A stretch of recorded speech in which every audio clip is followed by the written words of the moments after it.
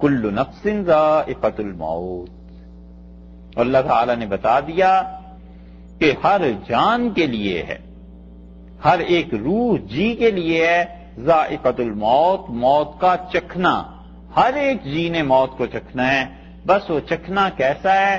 کچھ لوگوں کے لیے تو ایسے ہی ہے جیسے کوئی چونٹی کاٹ لے، کچھ لوگوں کے لیے اس سے بھی کم تکلیف ہے. کچھ لوگ تو یہ لیٹے یہ گئے، آنن پانن ختم بات.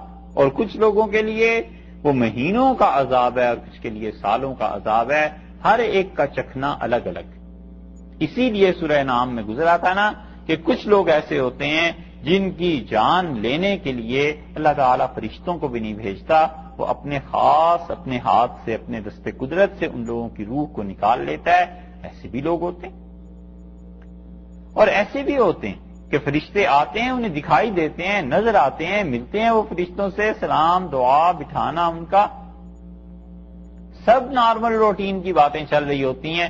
فرق اتنا ہے کہ لوگ سن رہے ہوتے ہیں اس آدمی کی گفتگو اور فرشتوں کو دیکھ نہیں رہے ہوتے. اور یہ آدمی اپنے پاس والوں کو سنا دیتا ہے مگر دکھا نہیں سکتا، اس کے قبضے میں نہیں، اس کے بس میں نہیں ہے. وگرنہ فرشتے بھی آ جاتے ہیں اور فرشتے پہروں ہفتوں دنوں کھڑے رہتے ہیں کہ اللہ کا حکم آ گیا ہے، اور اس کو وہ خوشخبری دیتے ہیں موت سے پہلے کہ اللہ نے تیرے لیے یہ چیزیں رکھی ہیں. اور پھر اس خوشخبری کی وجہ سے اس کی روح چاہتی ہے کہ جلدی نکلے، اور اللہ تعالیٰ کے فرشتے اسے بتاتے ہیں کہ اللہ نے جو وقت مقرر کر دیا ہے تم اس سے پہلے کہیں نہیں جاؤ گے، بس وہ وقت متعین ہے، آئے گا اور تمہیں ہم لے جائیں گے. اسی لیے رسول اللہ صلی اللہ علیہ وسلم نے فرمایا کہ اس کی روح لپیٹ دی جاتی ہے اچھے ریشم کے کپڑے میں، اور جب وہ آسمانوں کی طرف لے کر جاتے ہیں تو فرشتے اس کے لیے استقبال کرتے ہیں. اور فرشتے کہتے ہیں کہ اس روح کا آنا بڑا اچھا ہوا. ہزاروں لاکھوں آدمی ہیں جن کی روحیں جاتی ہیں ہر روز، ہر دوسرے دن، تیسرے دن، کتنی تعداد ہوتی جاتی ہوگی، روزانہ کتنے ہزار آدمی مر جاتے ہوں گے. یہ اللہ کا پورا ایک نظام ہے. اللہ نے فرمایا موت تم نے چکھنی. اور اسی طرح سختی بھی ہوتی، اور وہ سختی اگر مومن کے لیے ہو تو وہ اس کے گناہوں کو معاف کرا دیتی ہے. آگے قبر اس کی اچھی ہو جاتی ہے، حتیٰ کہ قبر کا عذاب گناہ کو معاف کرا دیتا ہے، آخرت اچھی ہو جاتی ہے. مگر یہ پروسیس جاری رہتا ہے. یہ چیزیں حدیث میں آیا ہے، رسول اللہ صلی اللہ علیہ وسلم ایک یہودی کے ہاں گئے اور وہ سب جانتے تھے کہ یہ اللہ کے رسول ہیں، اور اس کی جان نہیں نکل رہی تھی اس لڑکے کی. تو آپ نے اس کے باپ سے کہا کہ اگر تم اجازت دو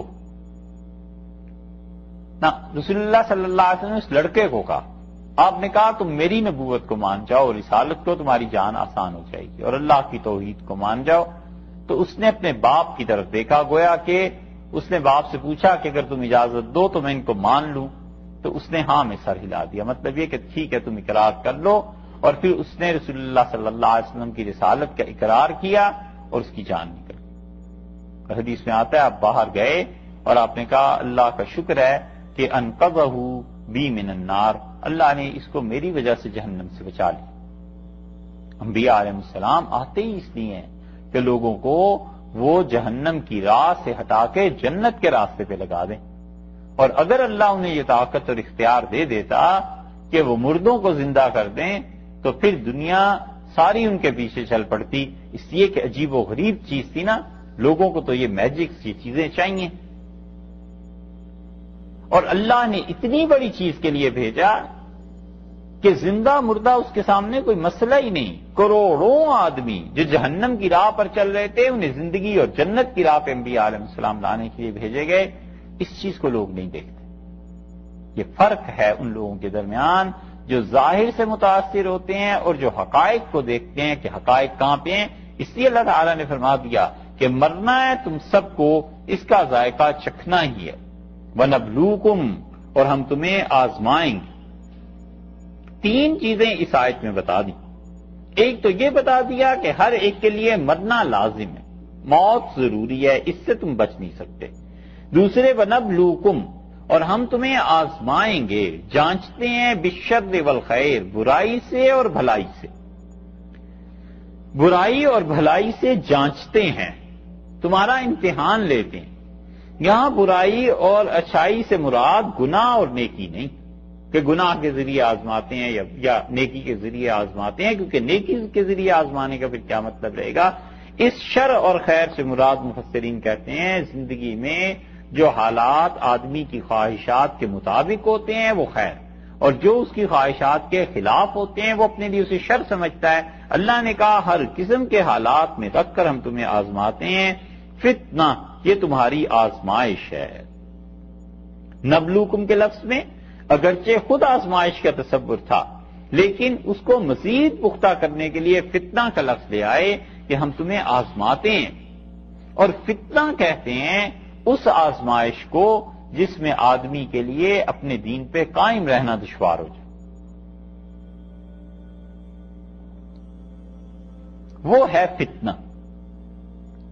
اتنی مصیبت آ گئی کہ اب اللہ تعالیٰ کا ہی انکار کر دیتا، اتنی پریشانیوں نے گھیر لیا کہ الیاذ باللہ وہ خدا کو نامناسب لفظ کہتا۔ یہ سب آزمائش کی چیزیں، اور اللہ نے بتایا ہے کہ تمہاری زندگی میں پیش آئیں گی، تم اپنے آپ کو سنبھال کے رکھنا، ایسے نہ ہو کہیں ہماری نافرمانی کی وجہ سے کفر پہ چلے جاؤ، کہیں اور چیزوں پہ چلے جاؤ۔ یہ ہم آزماتے ہیں لوگوں کو، دیکھتے ہیں کہ کون آدمی آزمائش میں کتنا پورا اترتا ہے۔ بس بات اتنی ہی ہے کہ اللہ کی طرف سے آزمائش ہوتی ہے، اور آزمائش جب پوری ہو جاتی ہے تو پھر بندے کے لیے آسانی آسانی۔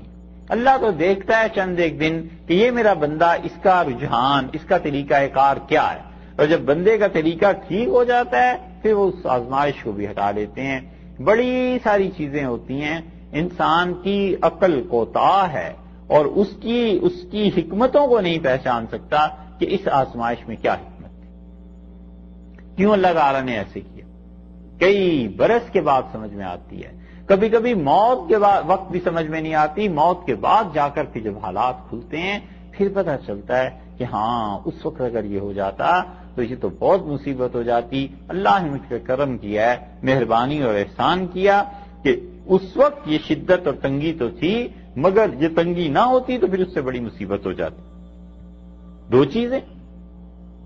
تیسری بات فرمائی وَإِلَيْنَا تُرْجَعُونَ، اور تم لوگ لوٹ کر ہمارے ہی پاس آؤ گے۔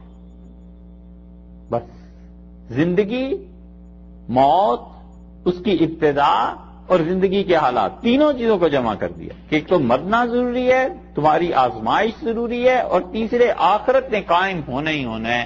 تم ہمارے پاس آؤ گے اور ہم تمہیں بتائیں گے کہ ہمارے پاس کیا چیز ہے تمہارے لیے، اچھائی یا برائی، کیا چیز تم کر کے آئے۔ ایک ایک چیز وہاں پر پہنچ کے پتہ چل جائے گی۔ یہ آیت پہلے بھی